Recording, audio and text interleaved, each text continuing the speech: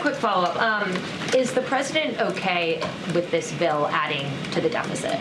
This bill does not add to the deficit. In fact, according to the Council of Economic Advisors, this bill will save $1.6 trillion. And the president absolutely understands and hears the concerns of fiscal conservatives and of Americans who want to get our fiscal house in order. That's what the intention of this bill is. There's $1.6 trillion worth of savings in this bill. That's the largest savings for any legislation that has ever passed Capitol Hill in our nation's history.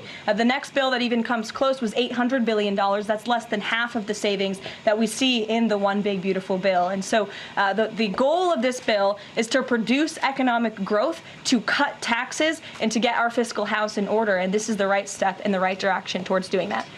To be unburdened by any semblance of truth or reality. Here's Donald Trump's press secretary, Karoline Leavitt, pretending that the Republican Party's budget bill doesn't add to the deficit, which would come as a surprise to math, considering it absolutely adds to the deficit. According to the Nonpartisan Joint Committee on Taxation, the bill as written would increase deficits by $3.8 trillion through 2034, or 1.1% of GDP. If all of its expiring policies are extended permanently, we estimate it would add $5.3 trillion to the deficit, or 1.5% of GDP.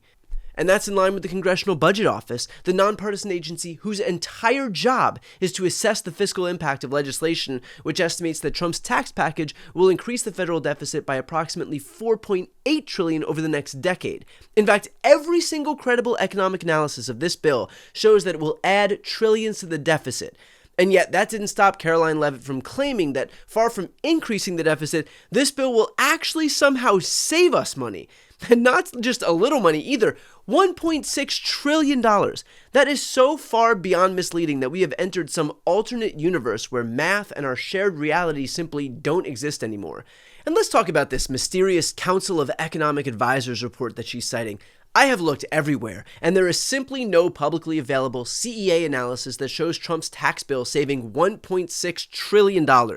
None. Zero. The CEA hasn't even published any major analysis of the bill's overall fiscal impact. If this report exists, which, let's be honest, it likely does not, then why isn't the White House blasting it everywhere? Why isn't every Republican in Congress waving it around over their heads? The answer is obvious. It does not exist. And Leavitt isn't just denying this reality, she is inverting it completely. She's not saying the benefits outweigh the costs or the economic growth will eventually offset the deficit, which would at least be somewhat defensible positions.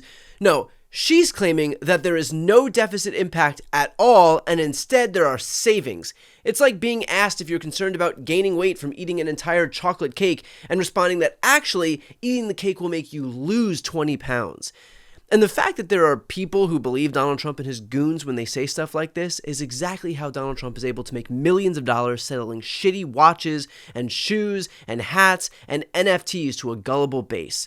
And then, as if that wasn't bad enough, Leavitt goes on to claim that this is the largest savings for any legislation that has ever passed Capitol Hill in our nation's history. Very, Sean Spicer, this is the biggest crowd we've ever seen. I mean, do I even need to explain how ridiculous this is? She is literally claiming that this tax cut bill, which every serious economist agrees will cost trillions, is actually the most fiscally responsible bill in American history, which actually kind of makes sense in that Republicans spend every single day beating their chest as these fiscal conservatives and then vote for legislation every single time that explodes the deficit. Back when Trump had unified control of government in 2017, their budget bill added $7.8 trillion to the debt. And then these people parade themselves around like they did something on the deficit. It is gaslighting so brazen, so divorced from factual reality, that it leaves you wondering if they think the American people are complete idiots or if they've simply given up on the concept of truth entirely. And notice how she keeps using the phrase, get our fiscal house in order. Again, this from an administration that has overseen one of the fastest increases in the national debt in history. The federal deficit has exploded under Trump's watch, even before this latest tax bill. And yet, here's his press secretary, with a straight face, claiming that they are fiscal conservatives concerned about deficits? This is the equivalent of someone maxing out their credit cards, taking out a home equity loan to pay for a luxury vacation, and then claiming they're really focused on their household budget and financial discipline. But perhaps the most telling part of this whole exchange is that phrase she used, one big beautiful bill. Those are Donald Trump's words coming straight out of Leavitt's mouth. She is just regurgitating his exact talking points verbatim, no matter how divorced from reality they might be. When I say that Donald Trump puts these people in positions of power based solely on their willingness to shamelessly and unapologetically channel him and his lies, this is what I mean. If you are willing to sacrifice every shred of dignity and integrity and honesty, then good news, there is a place in Trump's White House for you too. And to that point, while we're already trafficking in abject delusion, why not just continue on? President Trump and his top economic aides have repeatedly said that Americans will not pay the cost of tariffs. In fact, last week, Lutnick said people have to drop the, quote, silly arguments that consumers would pay the cost. But over the weekend, as you know, the president posted that Walmart should eat the tariffs and not charge the valued customer anything. I'll be watching, and so will your customers. So does he acknowledge that if companies don't absorb the full cost, Americans will have to pay? Well, first of all, the CEO of Walmart made those comments about the tariffs on an earnings call where CEOs, I believe, are legally obligated to give the most dire warnings and forecasts to their investors and stakeholders. The reality is the president has always maintained Chinese producers will be absorbing the cost of these tariffs. And that is why China was so quick to hustle to the negotiating table with the United States of America. They need our markets. Sure, why not just claim that China's going to absorb the cost of these tariffs, even though it was Donald Trump himself who just days ago wrote on Truth Social, Walmart should stop trying to blame tariffs as the reason for raising prices throughout the chain. Walmart made billions of dollars last year, far more than expected. Between Walmart and China, they should, as is said, eat the tariffs and not charge valued customers anything. I'll be watching, and so will your customers. And so, armed with the apparent fact that tariffs are a tax on foreign countries, why in the world would Walmart need to, quote, eat the tariffs if they're not being paid for by Walmart or any American company, but rather by China or some other country? The answer, per usual, is that Trump is lying, and that he knows full well that our companies pay the tariffs and then they pass those costs on to our consumers. But he is trafficking in delusion because he's already pot committed, and so the goal here is for Trump to manipulate his supporters into believing his lies.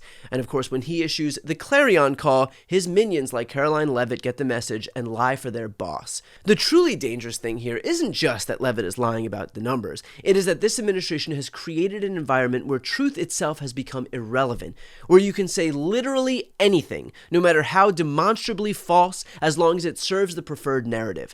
This isn't normal, this isn't how a functioning democracy is supposed to work, and we can't let this become the new standard for political discourse in America. So the next time you hear this administration claim that they're fiscal conservatives who are getting our fiscal house in order, remember this moment. Remember the fact that the definition of fiscal responsibility apparently includes adding trillions to the deficit while claiming you're actually reducing it. Remember that in Trump's America, up is down, black is white, and massive tax breaks for the wealthy somehow save money for the rest of us. And most importantly, remember that no matter how confidently they assert these lies, no matter how many times they repeat them, it doesn't make them true. Reality still exists, math still works, and the American people deserve a White House that at least operates in the same universe as the rest of us.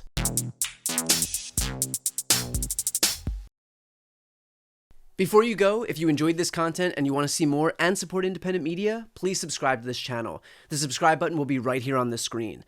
But second, the reality is that we are now in a political environment where this administration can lean on any of the social media platforms to suppress certain voices if they don't like critical coverage.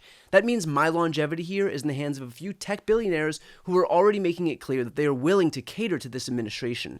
To that end, signing up for my newsletter is a way for me to reach you directly if that ever becomes necessary. I'll put the link right here on the screen as well, so please sign up. It's free, but there's also an option to do a paid subscription if you'd like to support me and my team. I really appreciate it. Thanks so much for watching.